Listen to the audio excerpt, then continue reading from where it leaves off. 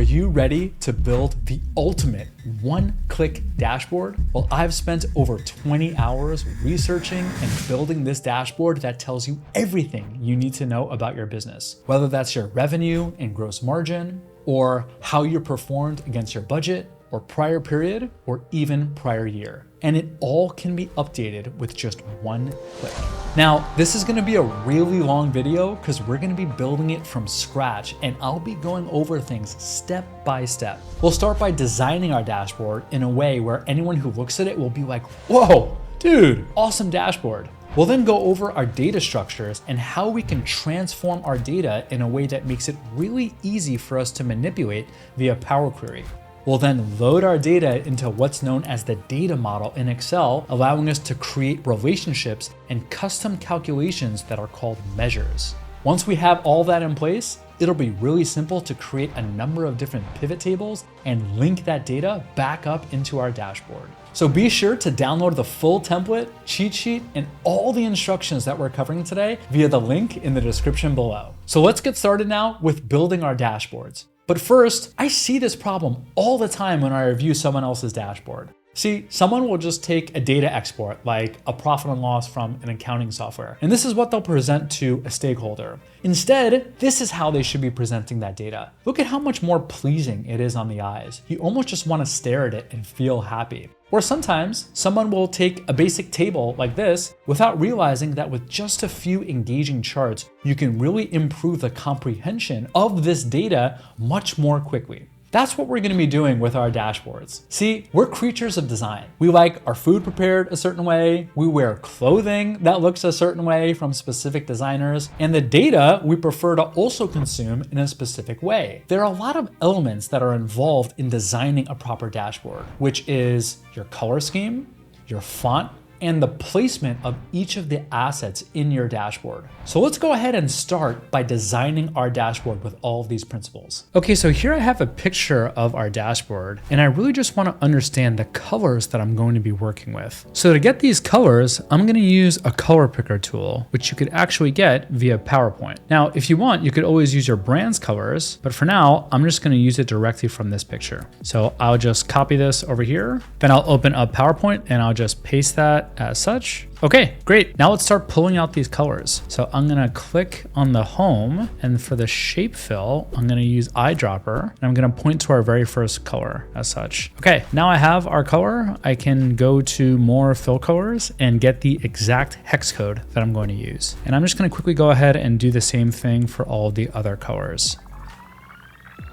All right, so now I got these colors in my Excel file, and as I entered each of these colors in, it got saved under my recent colors. So I'm just gonna use this over here anytime I wanna fill something in on my dashboard. All right, well, now that I have my colors, I'm gonna try to recreate this design. Now, I'm gonna start by first recreating the design for everything other than the actual graphs. That'll come once we actually have our data. So I'm just gonna minimize this to the bottom left corner, and I'll just delete this. We don't need this anymore, and let's go ahead and get started. So first, I'm just gonna select every cell, and I'm going to make it this color over here as the default. All right, now let's select this all the way through row 49, and let's say column AD, and I'm just gonna make this a white background. So this is gonna be the actual content of our dashboard. So this first row here is gonna be where the actual title is gonna go. Let's give that this dark blue as such, and let's just bring down the height that. All right, then in cell C1, I'll just write in all caps financial dashboard.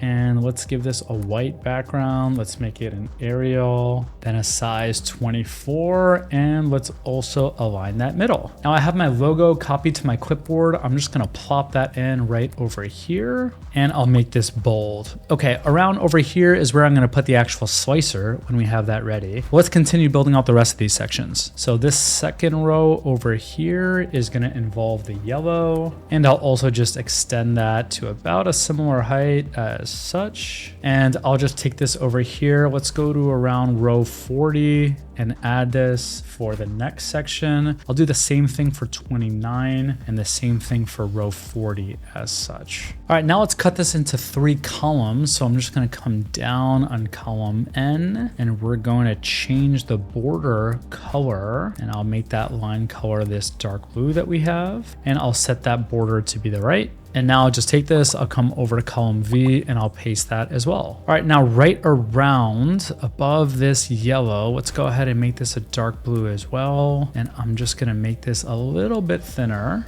And I'll just copy this for each line above each of these yellow sections. Okay, so over here, I'm gonna write by department, and I'll again align that to the middle, and I'll make that Arial with a size 18. And let's change this to our dark blue color, and we'll also bold it. All right, I'm gonna now copy this over here, and this is going to be for by cost type. And let's just add a nice underline. I'm gonna insert a shape. That shape is just gonna be a straight line. I'll hold down Shift below by department so that it stays straight as such. And we'll change that shape outline to be this olive color. But let's make the weight a little bit higher. Okay, and I'm gonna do the same thing now. I'll just copy this for under cost type. All right, now let's just highlight this section here and I'll copy. I'll then come over here and I'll paste it. And I'm gonna say verse budget. I'll move that just a bit to the left. And we could also shorten the length. And I'm just gonna reduce column A a bit so that it looks a bit better as such. Okay, let's copy this.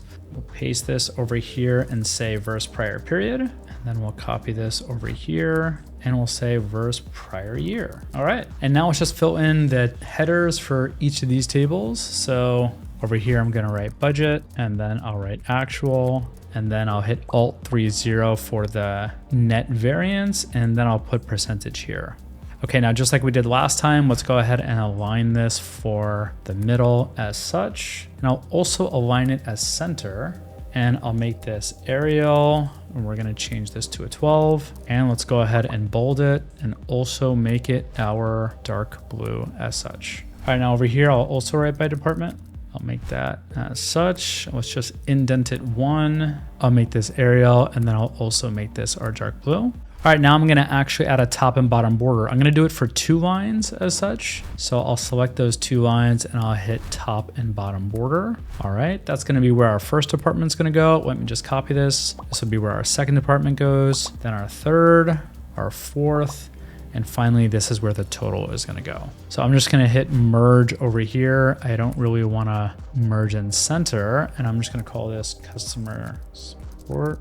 And I'll align this middle under an Arial as a font size 12 and our dark blue color as such. And I'll do the same thing for general and administrative, research and development, sales and marketing. And let's just indent a little bit over here to create that padding. And then I'll write total, and I'll indent that as well. And let's give this a little bit more breathing room. Okay, this is looking good. Let me just take this information. I'll copy it to the below section, only instead of budget, I'm gonna say prior period. And let's just give that some more breathing room. Then I'll take this here, actually just copy the formatting as such. Then I'll take this here, and finally I'll copy it below. And again, I'll take this formatting, and this is going to say prior year. All right, and now I can just take all this information and copy it to the right, but this time, instead of the values showing the department, this is all gonna say by cost type. So let me just replace the text here first. All right, the cost type is going to be advertising, other G&A, payroll, professional fees. And let's just take this and copy it below.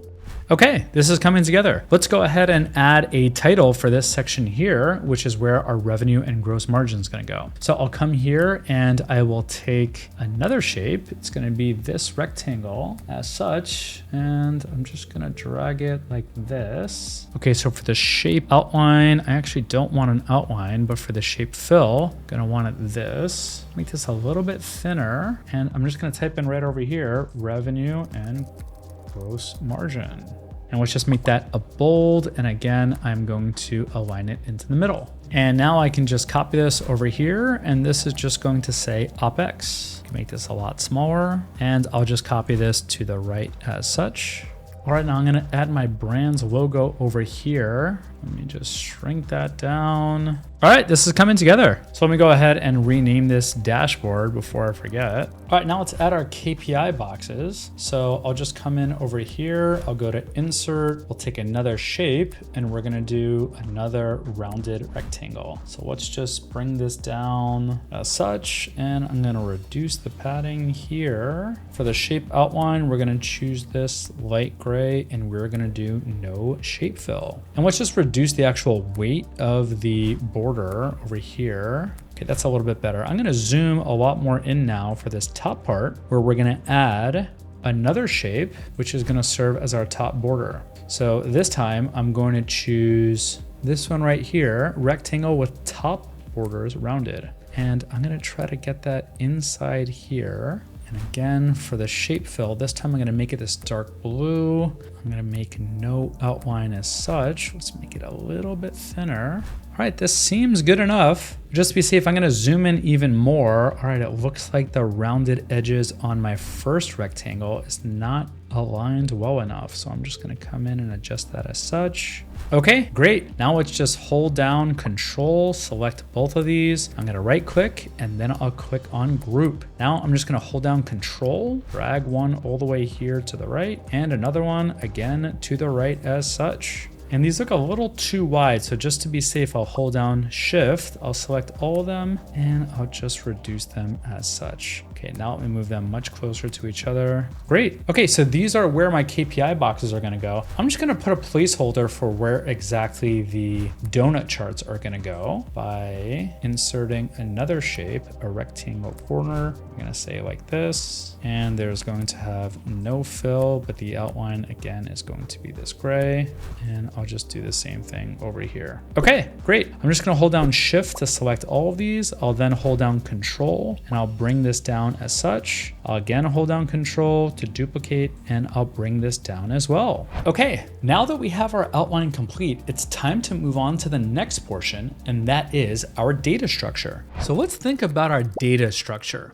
We have these 4 departments, and we want to summarize our profit and loss by different sections in summary groupings. Now, for all 4 of these departments, we'll have our profit and loss showing like this, and then we'll have a separate mapping table to understand the section and summary grouping for each and every account in each and every department. And we're also going to be able to segment based off of actuals and what we budgeted. So we're going to be giving each of these tabs out to department owners to complete their budget. We'll then take all of that information once we collect it from those department heads and consolidate it into one file as you see over here. Then we'll actualize each and every single department each month, and we'll compare that against what the department heads budgeted in each of these tabs. One other important note about our data structure. Right now, all of our data is in a format that's very easy for us to digest and understand. We have our accounts going vertically, our dates going horizontally, and the values take up the place as shown here. While this is easy for us to consume, it's actually very difficult to manipulate. We're going to get all of our data into a pivot table. And in order to get it into a pivot table, we need to convert this to a columnar table format. That's going to look like this over here. As you can see, this is the same data from the prior screen, only now we have all of our dates showing in one column and the value for each of those dates and accounts in another. This is known as unpivoting data and is one of my favorite things to do in Power Query, which we'll jump into shortly. Let's talk about one more thing about our data structure, and that is pivot tables and Power Pivot. Pivot tables are one of the most flexible ways that you can dynamically update and query your data. You can create hierarchies between your data, slice and dice as you see fit, and rearrange the structure with just a few clicks. We're in essence going to create multiple pivot tables and use the data from those pivot tables to populate our dashboard. But we're not going to be using just about any pivot tables. We're going to be creating relationships between our pivot tables so that we could effectively scale all of this reporting. And to do that, we're going to be using something called Power Pivot. Power Pivot was released as an add-on for Excel in 2010 and later integrated in certain versions of Excel 2013 and onwards. If you you have a Microsoft 365 license, it should be included by default. If not, go ahead and click on File, Options, then we'll click on Add-ins. We'll scroll down over here to COM add-ins and make sure that Microsoft Power Pivot for Excel is checked off. When you do, it'll then show in your ribbon as such. Power Pivot relies on data that we load into something called the data model. This will also allow us to create certain measures that will come in handy for our ultimate financial dashboard. Note that if you're using a Mac, unfortunately, as of the time of this recording, Power Pivot is not available to you. Another note, don't confuse Power Pivot with Power Query. Power Query is an ETL tool that allows us to extract information, transform that information, and then load it back to different locations, including the data model for Power Pivot. So now let's get started by loading each and every tab that we have over here with information into Microsoft Power Query. This will allow us to then transform that data into the columnar tabular format so that we can then load it into Power Pivot. To start, I'm going to create a named range out of all of the cells that I see here that contain data. So I'll hold down Shift, Control Shift and right. Now that I have all this information, let's create a named range. So I'll go to Formulas, Name Manager, and then click on New. I also could have clicked on Define Name over here. We're going to call this G&A. For the scope, this tells Excel how exactly we want to be able to reference this. A workbook scope means that I could reference this named range from any tab in the workbook. I'm going to instead change the scope to only be accessible from this tab over here, since we won't need to reference this in other tabs. I'll go ahead and click OK. Excel now gives me a warning message with my syntax. That's because Excel doesn't like ampersands when giving a named range. So instead, I'll just write an and over here. Perfect. Now I have my first named range. Let's repeat these steps now for the remaining actuals tabs. Okay, now that I have each tab with my actuals converted into a named range, I'm now gonna do the same thing for the budget tabs, only this time I'll add an underscore and the word budget for the named range. Let's now go ahead and repeat that step for all of these tabs here, and I'll just quickly fast forward as I'll do that. Okay, now we're ready to start loading this information into Power Query. I'll go ahead and click on Data, from Table Arrange, and Power Query will now automatically detect that I had a named range that I wanted to convert into Power Query. As you can see, it took over here the name for the tab, G&A, and the named range, G and A, as such. So I actually don't need this change type step over here, so I'm gonna go ahead and X that out. Now, as my next step, I'm gonna click on Use First Rows as Headers. Okay, now let's rename column 1 as Account. I don't need column 2, this was just a blank column. And now I have each and every single date and the amount. So to unpivot, it's actually really simple. I'll right click on account and I'll click unpivot other columns. And now I have all of my information unpivoted. Let's change the format here instead to be a date. So for that, I'll click on the transform button, click on the date, and then click on parse. Let's now rename this column to date. Perfect. Now the information is in the format that I need for our very first department.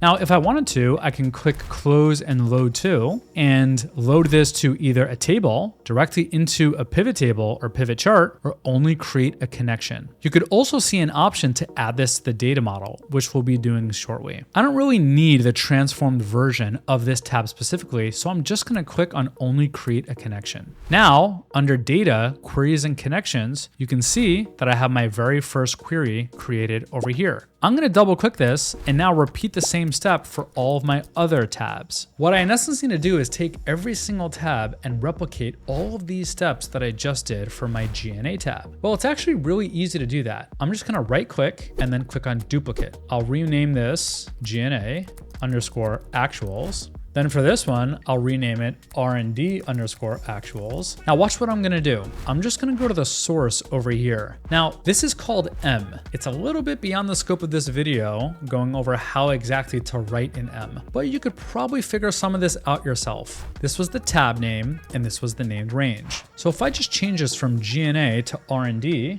and if I change this over here from G and A to R and D, and then click enter, let's see what happens. this. Look at that, it worked. Now all of the data from my R&D tab got loaded in here. So let's go ahead now and replicate that step for all of the other tabs that I have. And I'll just fast forward as I do that.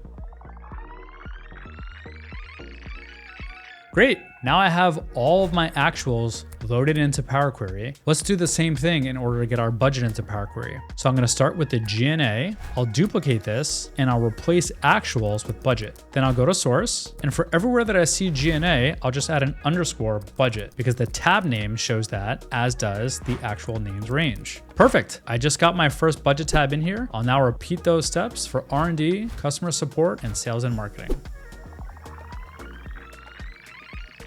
Perfect. Now I have all 8 of my tables loaded into Power Query. There's just one more thing that I want to do. I want to be able to understand what exact department I am in when analyzing this data so that I could later on aggregate or filter accordingly for that department. So for that, I'll go to each table, I'll add a new column, and I'll call that department. Now that I have that added here, I'll do the same thing for all of these remaining ones. Okay, perfect. Now my data is ready. There's just one thing left to do. We want to, in essence, combine all of these tables together for our actuals, and then combine all of these tables together for our budgets. In order to do that, we'll be utilizing the append feature in Power Query, and I'll click append queries as new. Now, Power Query is asking me what exactly I want to append. Well, I want to append all 4 of these tables, so I'll click on 3 or more tables. I already have G&A actuals loaded, so I'll hold down Shift and select these other 3 and then click on Add. Then I'll click on OK. Perfect. Now let's just change the name from append 1 to departmental profit and loss.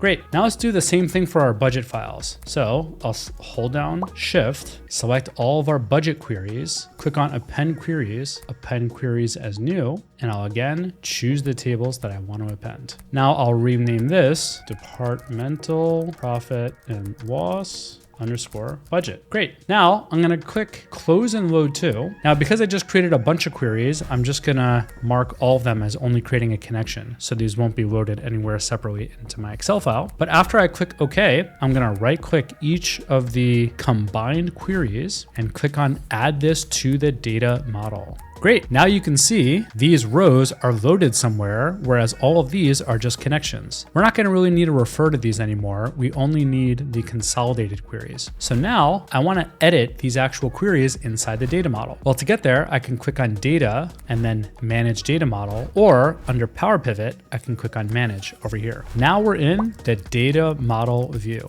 Now, if you're overwhelmed, hopefully you'll notice that this is actually a very similar format to what you see in Excel. Here is all the data that we just imported in each of these queries, and I can drag this section up, and this is going to be where I'm going to write out our measures. Now we'll get to measures in a sec, but first I want to show you what things look like in this diagram view. So as you can see, we have both tables loaded over here, one for the departmental profit and loss and the other for the budget. These are both known as data tables. What I want to in essence do now is create a relationship between both of these tables. And in order to do that, I need to create what's known as a lookup table. A lookup table is a table that in essence controls mappings that will sync to both of these tables as such. The first lookup table that we're going to create is going to be a date table. So in order to create my date table, I'm gonna flip over here, I'll go to design, I'll click on date table, and then I'll click on new. When I do that, watch what happens. Power Pivot just created a calendar automatically from the table that I was in, showcasing the very first date all the way through the very last date of my data set. Now that I have my date table, I can flip back to the diagram view, and I'm gonna move this table in the middle as such. So what I in essence have now is a unique date for every single day from the start and end of these two tables. And I'm gonna create my very first relationship by dragging this over here to date on the left side and dragging it over here to date on the right side. Cool, we just created our first connection. As you can see, there's now a 1 pointing from both of these. Now there are a few other lookup tables that I want to create. For example, I want to be able to understand the summary grouping for each and every account shown in both of these data tables. So in order to do that, we're going to go back to Excel, create those tables, and load them into the data model. So I'll just go ahead and click on save. I'll X this out, and now I'll hit plus and call this lists. All right, so now in order to get my lookup table for the accounts, let's just take all of these values and let's go ahead and paste it in an unformatted view in the list tab as such. Now I'll call this account. This will be called section, and this will be called summary grouping. Now I don't need any rows that show totals because our pivot table is gonna allow us to include these totals automatically with our calculations. So I'm just gonna select each of the total rows, and then I'll press Control- to delete. Okay, let's now start populating what the section is. So I'll call these income. This will be cost of goods sold, gross profit, expenses. We'll call this EBITDA.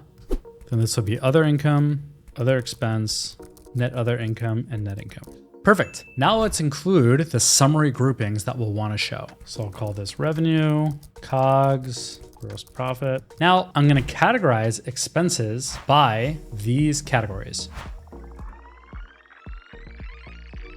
Great. Now I want to load this into the data model. So I'll first press Control-T in order to convert it to a table. And let's just change the table design. And I'll call this mappings. Great. Now I'm going to click on Power Pivot and I'll click Add to Data Model. I don't have to add this to Power Query this time. I could just load it directly into the data model. And now I can see my mappings table. I'll convert back to diagram view. And now I'll put my mappings table in the middle, just like I put my calendar table. I'm going to now link the unique identifier in this mappings table to where that unique identifier will show up in both of these data tables. And that is account. So I'll point to account as such, and I'll point to account again. Excellent. Now what we'll soon see is when we set up our pivot tables, I can now choose any date that I want or any section or summary grouping that I want, and it will automatically filter the values in my departmental profit and loss or departmental profit and loss budget tables. I'm going to go ahead and create one more table, this time for our departments. So I'll go back to the list tab and I'll call this departments. And that's going to be general and administrative, sales and marketing, customer support, and research and development. I'll follow the same steps, converting this to a table,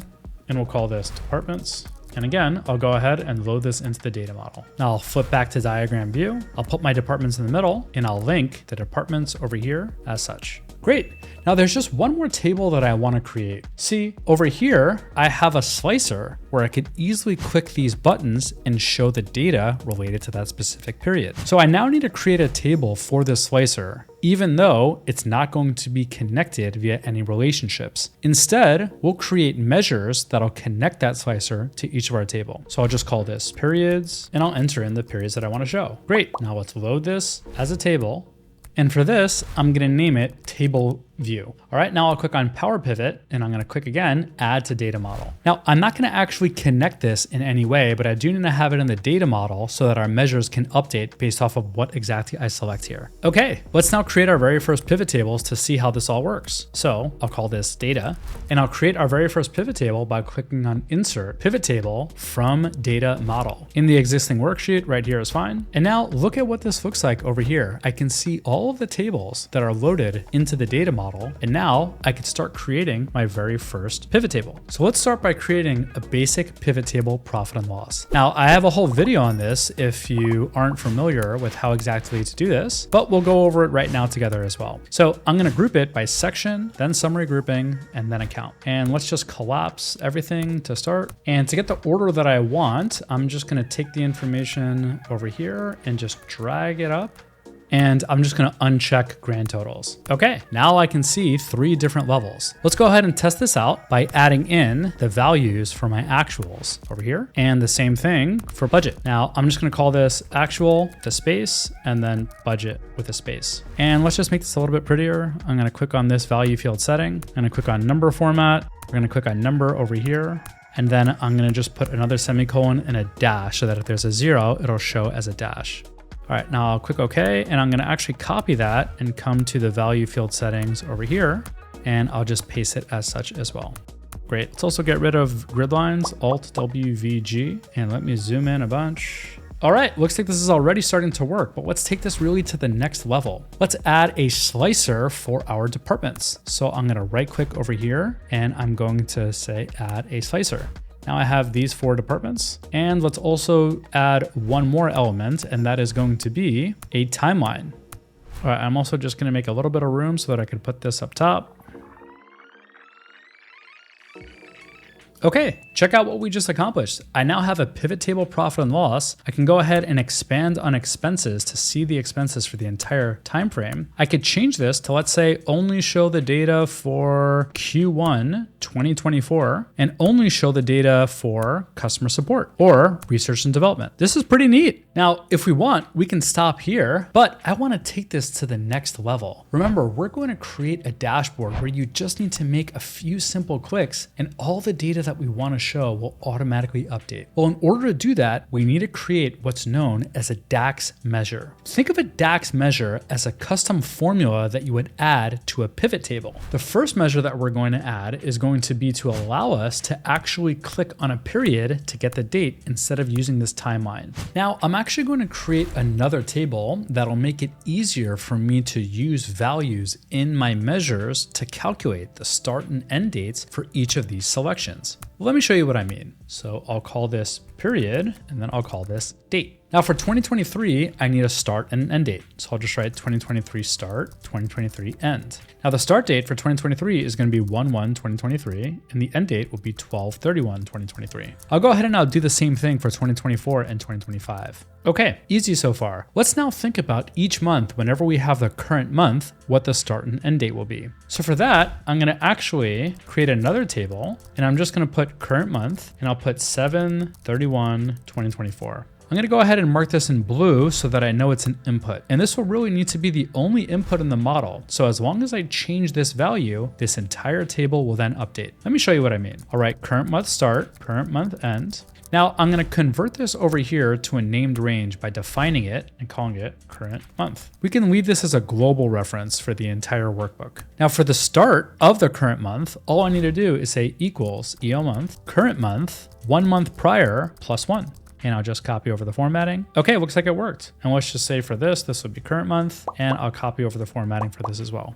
Excellent. Now I'm going to create the trailing 3-month start date and the trailing 3-month end date. So for the trailing 3-month start date, I'm just going to say EO month, current month, 3 months back plus 1. And while I'm here, I'm just going to change all the formatting so it shows up as such. And for this, I'll say EO month and then 2 months later. So now I have the trailing 3 months. I'm going to do the same thing now for the trailing 6 months and 12 months. Great. Let's do the same thing now for the year to date. And for that, I'm going to use the date function for the year of the current month, and then 1 for the month and day. Now for the year to date end, I'm just going to say equals current month. Perfect. Now I want to take all of these values and create the dates that'll refer to the prior period. So for that, I'm just going to write equals prior period space, then an ampersand, and I'll click this right here. Now I'll go ahead and copy that down. And I'm going to do the same thing for the prior year. So I'm going to click, I'm going to say equals prior year base ampersand, and I'm going to point over this. And now I'll just go ahead and populate all of these dates. Okay, now I have all of my dates populated and a bunch of different values in this table that I'm later going to use in my measures to easily get these dates. So let's now convert this to a table, and I'll call this predefined_dates. And let's load this into Power Pivot. Okay, now like my table view, my predefined dates are not going to have a connection anywhere. I just need this in order to create my measures in Power Pivot. Now, we're going to be creating a lot of measures in this file, and I won't get the chance to go over the details on every single measure because that would take me hours to record. Instead, I'm going to include a little cheat sheet for you where you can see each and every single measure as part of this practice file. So let's create our first measure called 2023 values. Now, the way a measure works is you're in essence telling Power Pivot the exact details of what you want to showcase in a calculation, and that could then carry through with any existing filters that you have. In our example, filters for dates, departments, or groupings. So we're going to create a measure that'll return the 2023 values. So I'll take this over here, I'll copy it, I'll go back to our file, and I'm going to click on measures as such. I'll click on new measure, and in departmental profit and loss, I'll call this 2023 values. Now I'll come over here, I'll paste the information, I'll click on check formula, and I see that I have no errors. Let's actually review what this formula is doing. This is known as DAX. Over here, I'm using a SUMX, which pretty much is like a SUMIFS only in DAX. I'm now using the filter function and I'm saying, pull me all the values from the table departmental profit and loss if in the departmental profit and loss, the date column is greater than 1/1/2023. And with these two and signs, the date is less than or equal to the date 2023/12/31. When you pull those values, return me the actual values shown here. And you can see that helper text as I go ahead and click through each of these items as such. Okay, I clicked on check formula, everything looks good. I'm just gonna go ahead and change the number formatting, which is another benefit in using Power Pivot instead of me having to change it all the time myself. I'll go ahead and click OK. And now let's go back to this data ribbon and we'll click on Insert, Pivot Table, and again, from Data Model. I'll click on Existing Worksheet. Okay, now watch what I'm gonna do. I'm gonna click on Departmental Profit and Loss, and now you can see this measure that I created. I'm gonna go ahead and input that information over here. I'm going to select the departments as my columns. And then for my rows, I'm gonna actually put the date. Check it out. I'm only showing information related to 12/31/2023. That's because the measure that I created only shows data related to 2023. So what we in essence need to do is now create a measure that'll only return each of these periods. Then we'll go to our slicer, which is shown over here under table view, and we'll analyze which selection is chosen and then return that period. Let me show you what I mean. So I'm going to return back to the Power Pivot and I'm going to create a bunch of new measures. Now I'm going to fast forward all of this because we're going to create all of the measures over here as can be found in this little cheat sheet. Now it's important to also ensure that you have the right table that you're creating these measures on. In this case, it's going to be on departmental profit and loss. Okay, so I just created measures for 2023 through 2025, which you can see when I click on Manage Measures as such. Now, for the next one, I want to create year to date. Now, this is going to be a little bit trickier. I can't really use the date function because again, year to date may change, let's say, whenever I flip over to 2025. So for that, we're going to pull in the values that showcase in this table over here. So look at what I have for the formula here for year to date values. Here, I'm using that same SUMX, only instead of pulling in the date for a specific date, I'm using this other function called lookup value. And that's pulling from the predefined dates table, and it's looking for the period that matches to year to date start and is less than or equal to the value that matches when the period is equal to year to date end. As a refresher, year to date start in this case is equal to 1/1/2024 and ends on 7/31/2024. Next month, when I change this to 8/31/2024, you'll see that the information all updates, which means our queries will update. So let me go ahead and copy over this measure into our Excel file. Okay, my year to date was just created. Let's go ahead and test this out. So I'll click on Pivot Table Analyze, and this time I'm gonna remove 2023 values, and this time I'm gonna click on year to date values. Look at what happens. This information now only updates through 7/31/2024. So let me quickly now create measures for these periods over here. Okay, now I have all of my measures. Now, remember when I said earlier that you can actually create measures directly in the data model view? Well, let me actually show you what I mean by that. So I'm gonna click on Manage, and then under Departmental Profit and Loss, look at all of these new values that appeared. These are the actual measures that I created, and it's returning the calculations. So let's go ahead and create a measure, this time on the table view over here, in order to allow us to get the actual value that is selected from the slicer. So for that, I'm going to call this selected view. Then I'll hit a colon and then an equal, and then I'll type in my information. I'll go ahead and hit enter. So what this is in essence doing is it's using this values function in order to understand which item is selected. If more than one is selected or if none are selected, it'll return blank. So watch what happens now if I apply a filter to, let's say, 2025. You'll see that this value over here now equals to 2025 because that is what is selected. We're going to instead select this via a slicer. We just have to create one more measure on the departmental profit and loss. And that measure is going to be called actual. Now for this, I'm going to use the switch function. So what this is saying is if the selected view equals 2023, pull in the measure that I created called 2023 values. If it's equal to 2024, pull in the 2024 values, and so forth. I'm gonna go ahead and hit enter. And you'll see again that it's still returning blank because we don't have an actual item selected. But watch what happens when I go ahead and click save, close out on this, and then add a slicer for period under table view. Well, now I have my slicer. Let's just make this a little bit bigger and we'll change the columns to, let's say, 5 columns. Let's actually do 4 columns. Now watch what happens when I click on 2023. Nothing happens because I have year-to-date values over here as my value. But if I remove this and instead put actual over here, look at what happens. Now, this information showcases 2023. If I click here, it'll show 2024 or 2025. I could also choose the trailing 12 months or the trailing 6 months. Everything automatically updates. Now, it looks like my trailing 3 months is over here, not working properly. Let me see what exactly I did incorrectly here. So I'm gonna go to the trailing 3 months values and I'll review how exactly I have this entered. Okay, this is saying as long as it says trailing 3mo start and trailing 3mo end. Let me check how exactly I have this in my lists. Well, it looks like I actually have the wrong wording here. I need to instead change this to just 3mo start. And then over here, I just need to change it to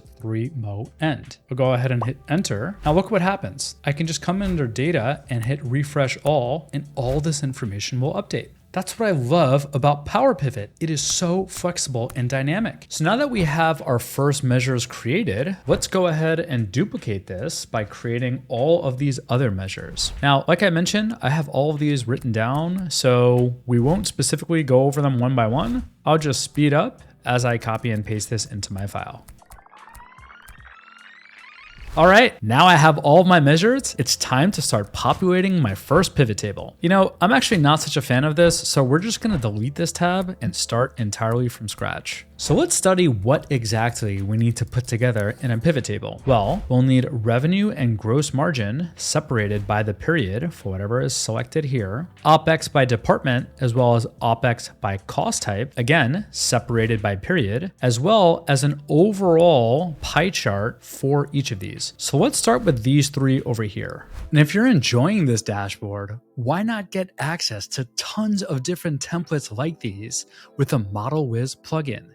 Like this summarized income statement dashboard or this KPI dashboard.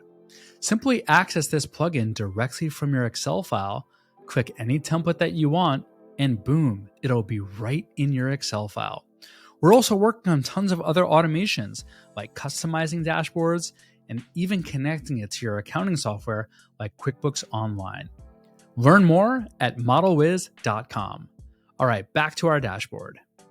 So I'm gonna remove grid lines and enter in my first table for revenue and gross margin starting in cell B9.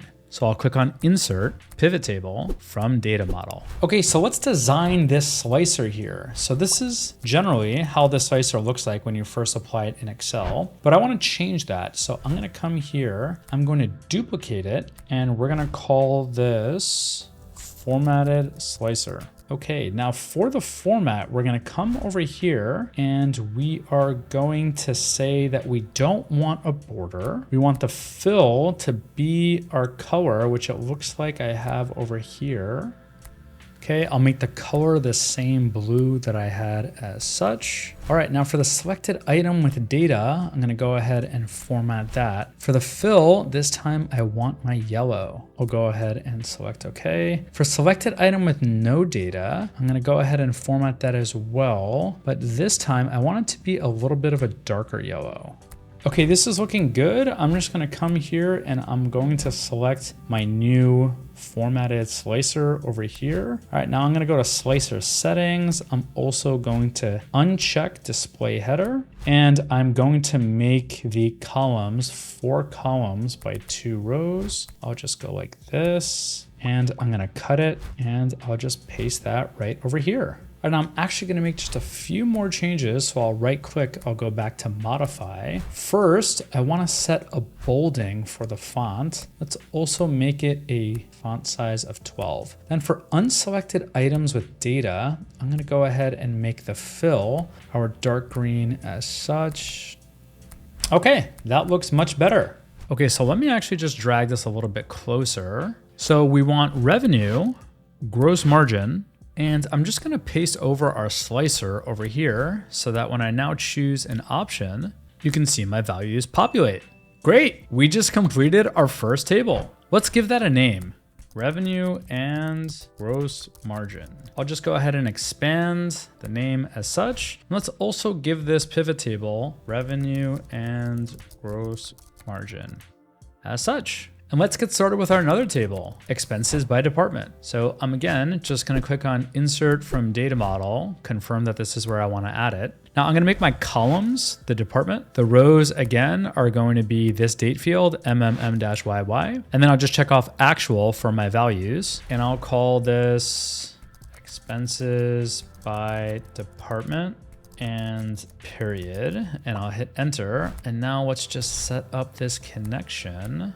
Okay, this looks good. I don't need the grand totals. So I'm gonna go to design and remove both grand totals as such. I'm also just gonna add a space over here and over here. And I need to add a filter for a section. And let's just bring this 2 rows down as such. All right, in this section, I only want expenses. Great, now let's call this actuals by department. And now I'll just copy this over and let's do the same thing for actuals by cost type. So here, instead of department, I'll just put summary grouping and I'll move out departments as such. Okay, we have our first 3 pivot tables. All right, let's do the same thing for the pie chart. All right, now I just copied over this pivot table here and I'm just gonna remove the rows. So we get our values for our pie chart. And for that, I'm gonna actually make the departments the rows. And let's turn on our grand totals for the columns. And I'll just do the same thing for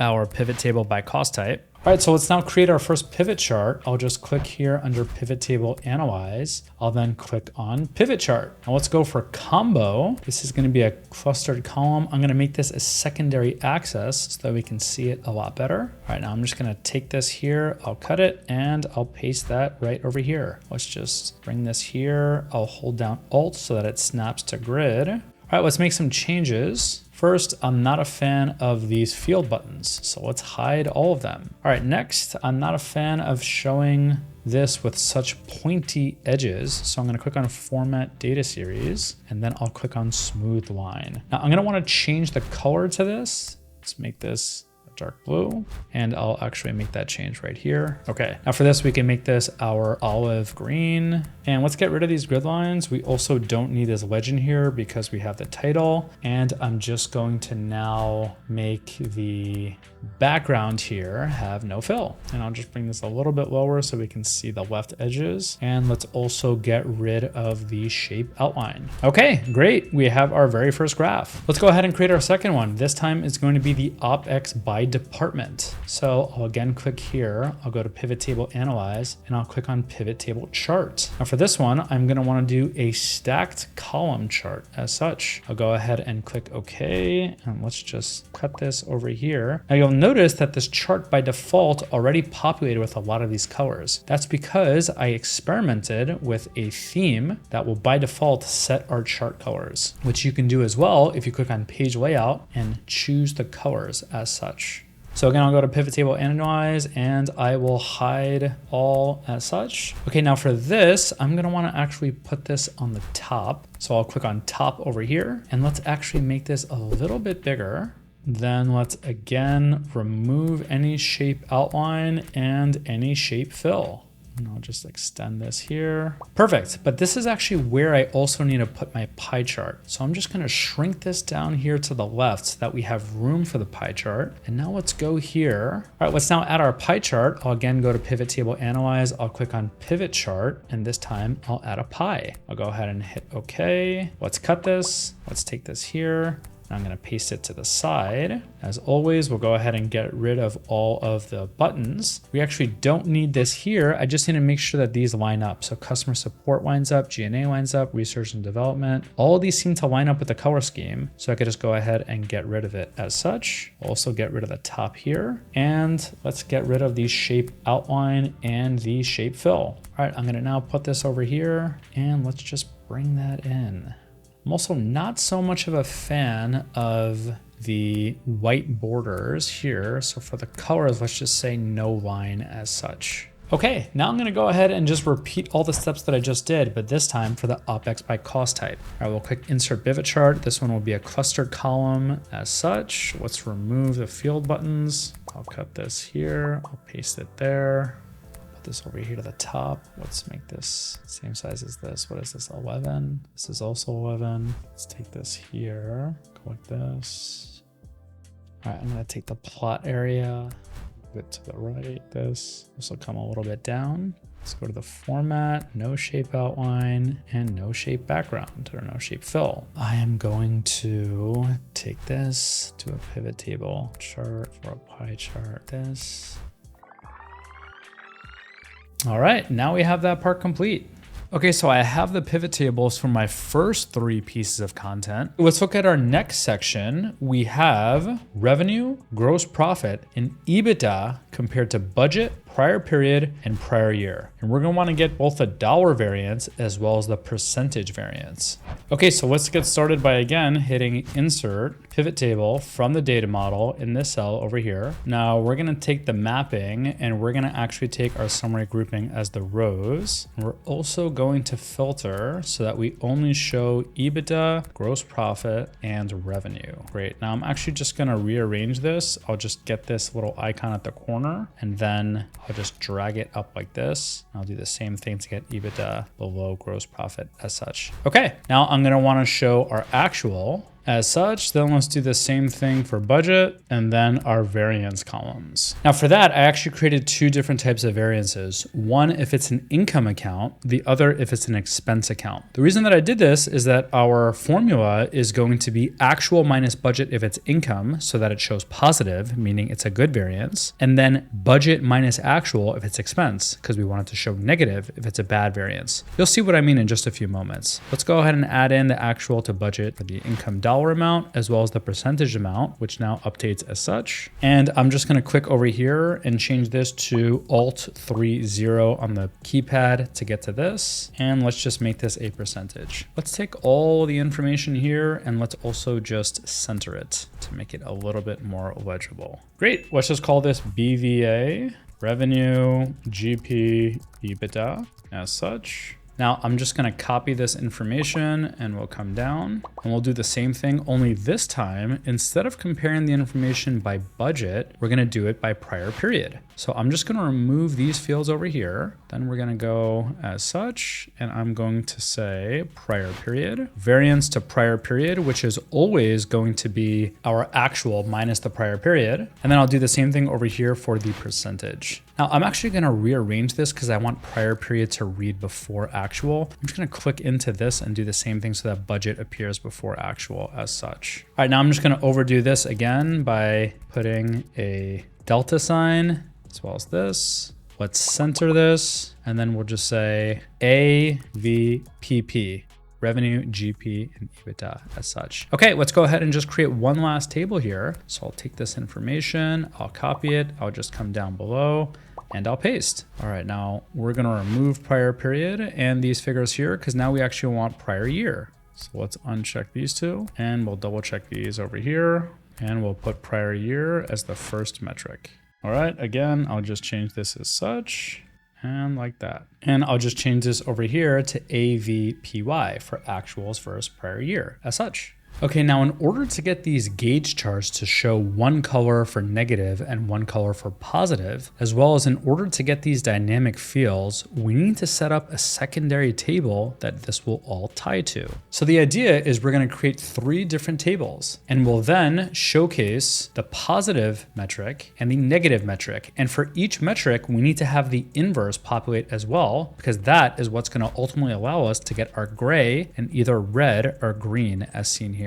Here, let me show you what I mean. I'm gonna start by just taking this information and creating a new table as such. Now I'm gonna call this A, and this is gonna be the value if it's a positive value. Then the B is going to be the inverse of A if it's positive. Now we're gonna do the same thing if this is negative, and then we're gonna do the inverse of if it's negative as well over here. So now what I wanna do, I wanna say if this metric over here is a positive, populate it here and give me the inverse of it over here. If this metric instead is negative, negative, populate it here and give me the inverse as such. So this is what I'm gonna do. I'm gonna say equals if this is greater than 0, which this actually is, you just can't see because of the rounding, then give me this value. Otherwise, give me 0. And I'll just go ahead, and as you can see, this is a positive value. So I'm just gonna change this to a percentage as such. And I'm gonna then take the same formula here and say, if it's greater than 0, give me 1 minus this value. Otherwise, give me 0. And let's just copy over that formatting. Okay, this is working. What I'm gonna do though is I don't wanna take a chance that this could maybe be like 103%, which is gonna cause our gauge chart to get a little bit misaligned. Instead, I'm just gonna put a minimum function here. I'm gonna say a minimum of either whatever this value is or 1. This will ensure that I'll never go above 1. And I'll do the same thing here, only I'm gonna use a max function and I'll put 0. So this is gonna ensure that it never goes below 0.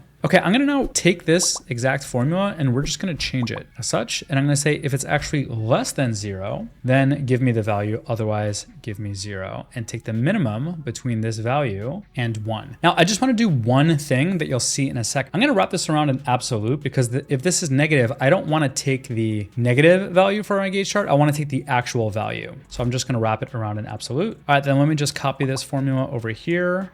And again, I will say if this is less than 0, and I'll subtract out this value over here. And again, I'll just wrap this around an absolute. Okay, it looks like all of this worked. Let's just see. Now what I want to do is I in essence want to drag it. And if I drag the first value over here down, it'll then pick up gross profit and then I'll pick up EBITDA. Now, one thing I didn't mention, you may notice if you click on Pivot Table Analyze and click on Options, this little button here called Generate Pivot Data, that may be checked. If it's checked, then if you refer to the pivot table, you'll get this pretty big comprehensive formula referring to an exact cell based off certain coordinates. This could be really helpful, but we're actually not going to use that in this case. So just click on the pivot table, go to Pivot Table Analyze, and then uncheck Generate Pivot Data. Okay, now over here, I want to be able to scalably get this information. I can't just drag this to the right. If I do, look what happens. See, it's referring to the wrong cells. What I can do though, is I can cut these cells over here by bringing it down twice, and then take this information and copy it down as such. You'll now notice that this over here is referring to gross profit and this is referring to EBITDA. So I'm just gonna hit a Control X, copy it there, Control X, and copy it over here. Perfect. Now let's do the same thing, but this time for the B plus values. So again, I'll just cut this over here down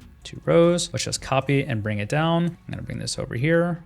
And I'm gonna bring that over here. It looks like we have an error, so I'm gonna see if we can go ahead and fix that in a sec.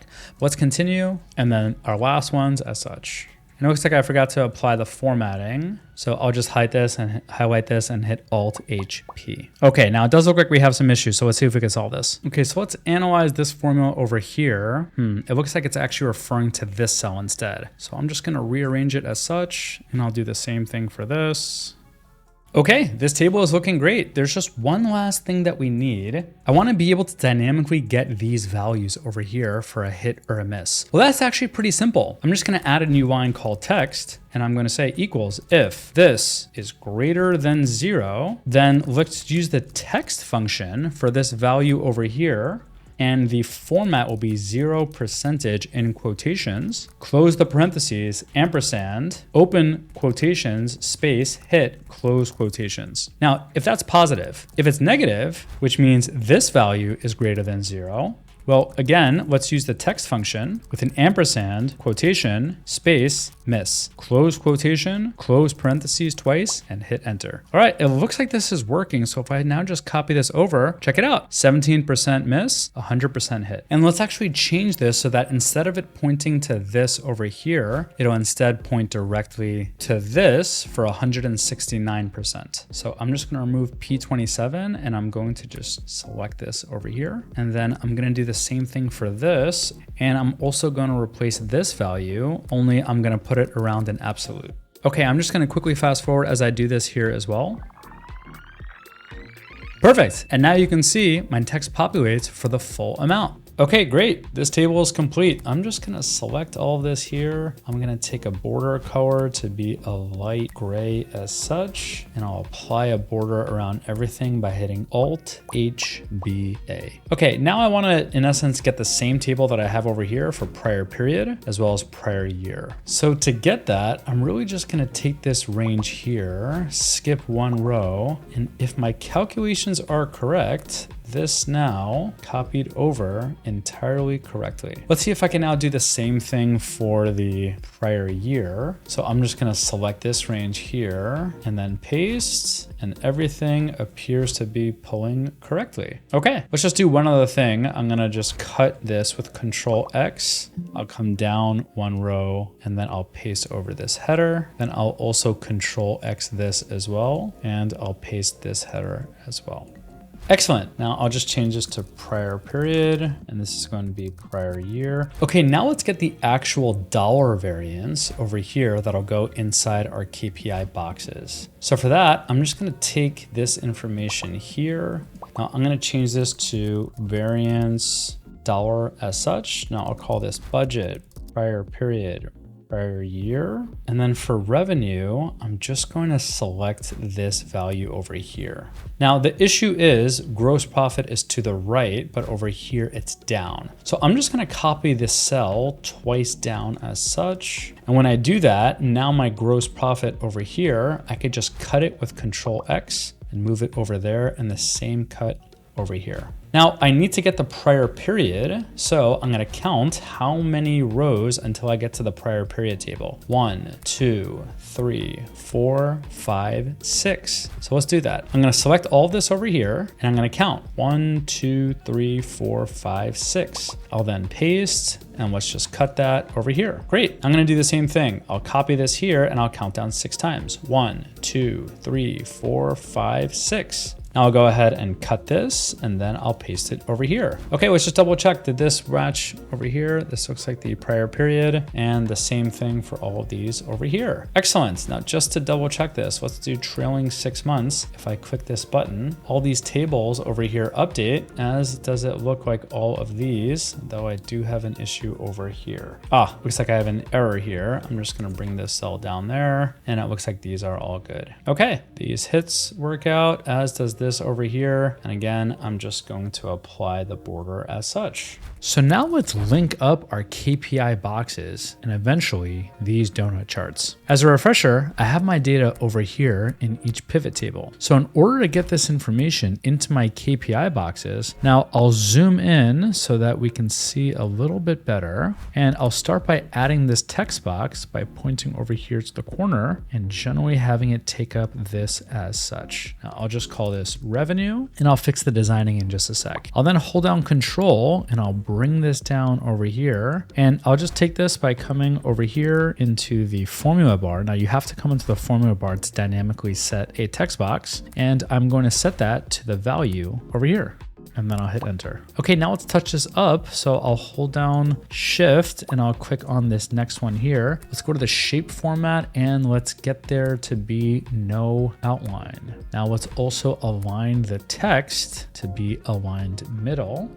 And then let's make the actual text fill our dark blue. And let's just make this a little bit bigger. All right, let's also change the shape fill to have no fill so that it won't interfere with any of our borders. Okay, now I'm just gonna click this over here and let's make this just a tad bigger. All right, that looks pretty good. Now I wanna make a change to the actual format of this, but I can't do that normally because this is a text box. But I can change the actual format of this cell directly.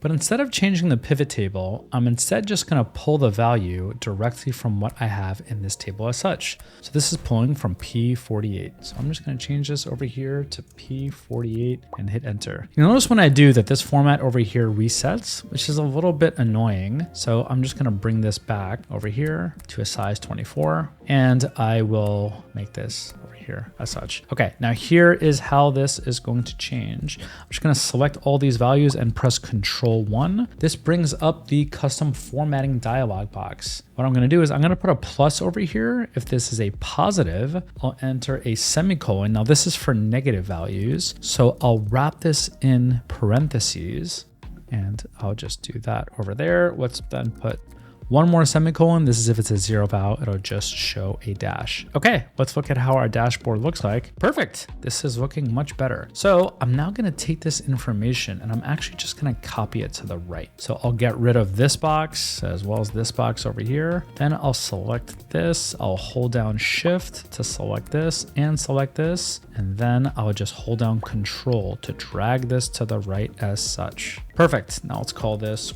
gross profit, and our gross profit is going to come from cell Q48. Now again, whenever I change this reference, the formatting changes, but this time I could just hit the Format Painter button and then click here in order to bring it back. All right, let me just select this again, and now I'll hold down Control for my last KPI box to the right. And this time I'm going to call this EBITDA, and then that is going to pull from R.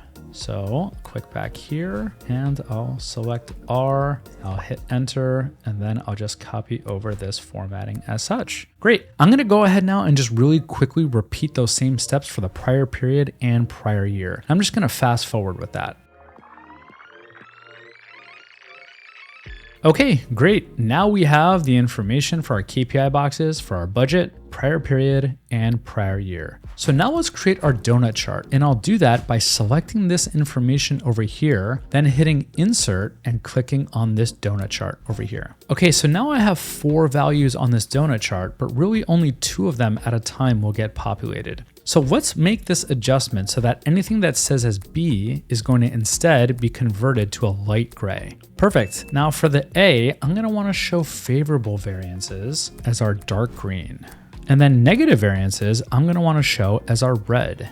Excellent. Now let's just remove all borders from all of these sections as well. Okay, now let's actually get rid of the shape outline and let's move this to the middle as such. And for the chart title, I'm going to point to this box that we have over here and I'll hit enter. Okay, and let's just align that a little bit to the right. Now I'm also going to make the donut chart over here have a whole of the maximum, which is 90% as such. Great. This is starting to come together. Now watch what I'm going to do. I'm going to go ahead and delete the legend. I'm now going to cut this. I'm going to come back to my dashboard and let's try to paste this in here by getting it properly shaped as such. And I'll come all the way up.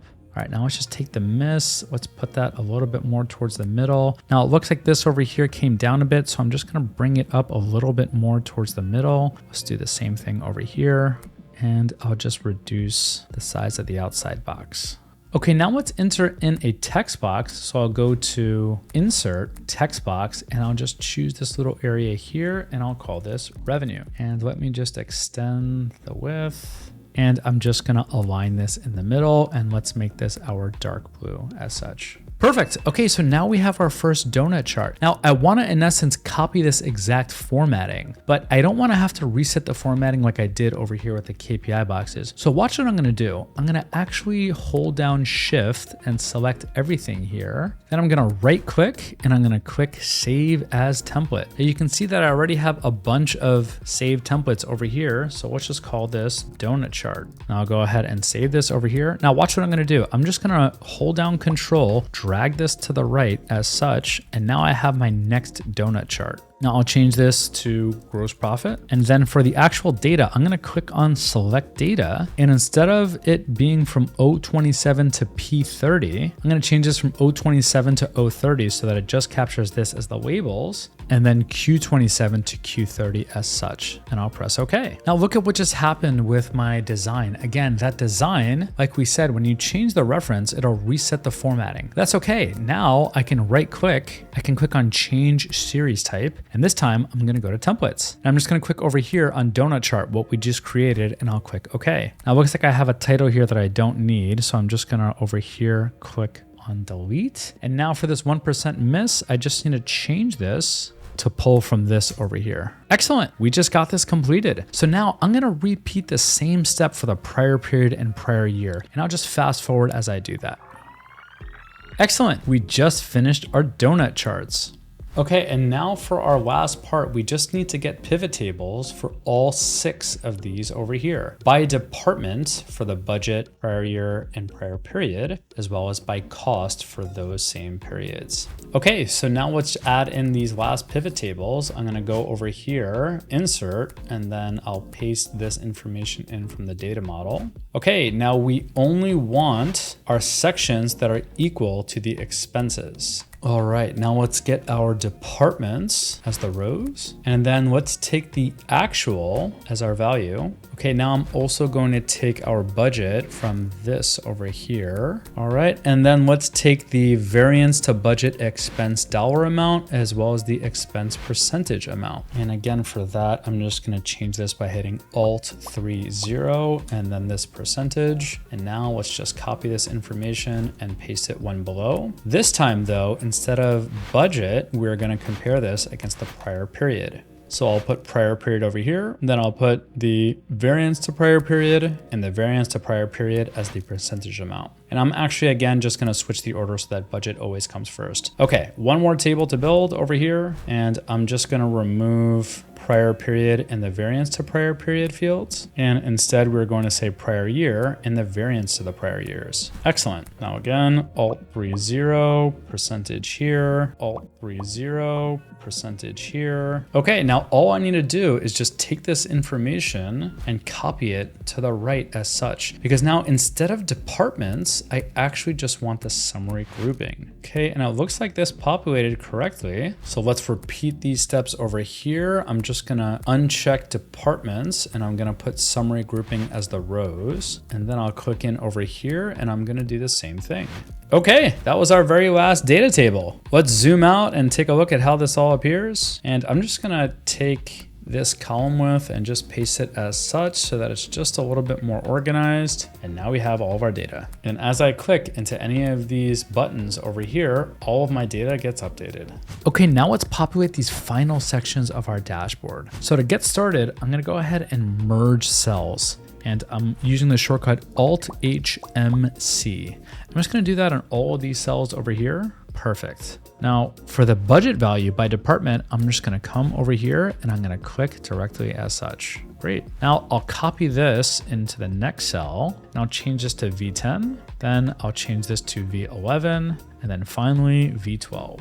Let's go ahead and sum up all these values. Now I'll bold this, let's put it in the middle. In fact, let's make all of them aligned in the middle as such. And let's also make them all our dark blue. Excellent. Now I'm just gonna copy this all the way to the right as such. And then for this, I'll just click on this percentage button as such. Great, now we have all of this populated. Now for some reason the merge cells got reset, so I'm just gonna hold down Control, select all these cells as such. You do have to select them one by one, otherwise it'll just merge all the cells together. And then again, I'll click on Merge and Center. Perfect, now we have everything merged and centered. Let's make this bold over here. Now I could just take this information and I could copy it down as such. Now did this copy over? Let's see, this is pulling from DV20, which means it's actually 2 above, but that's okay. Let's just go ahead and change this. This is gonna instead pull from D18. Let's actually make it a little bit simpler. Let's just come down here and let's just cut this to 2 rows below. I'll do the same thing here. I'll cut it to 2 rows below. All right, now let's try this again. I'm gonna select this range and I'm going to go ahead and paste it. I'm gonna click on yes. Okay, it looks like this is working. Customer support lies with customer support, then G&A R&D for 592,018, and that matches to 592,018. That's a pretty neat little trick. Let's go ahead and copy that over as such to this section. Does the 614,263 match? It looks like it does. Excellent. Okay, now there's just one issue. This over here is summing, but in reality, it should be a percentage of the variance. So I'll just write my own formula. I'll write if error, and then I will say the variance divided by the absolute of the prior year. Otherwise, give me 0. Okay, the 7% now matches. So let's just go ahead and copy that over to each of these cells here. Excellent. Now let's go ahead and finally wrap this up by just pasting this over here. And let's just see, did this copy over? It looks like we are 2 cells over to the right. Well, that's fine. Let's just take this information. Let's move 2 cells to the right and let's cut it as such. All right, now let's try this one more time. So I'm gonna take this info over here and I'll just go ahead and paste it. And it looks like everything copied over correctly. Let me just double check. Awesome. All right, now let's just simplify this. Let's take this entire section here. I'll just copy it and then I'll go ahead and paste it. It looks like I actually just need to align these as well on the bottom. So I'll come down to rows and then I'll do the same thing over here.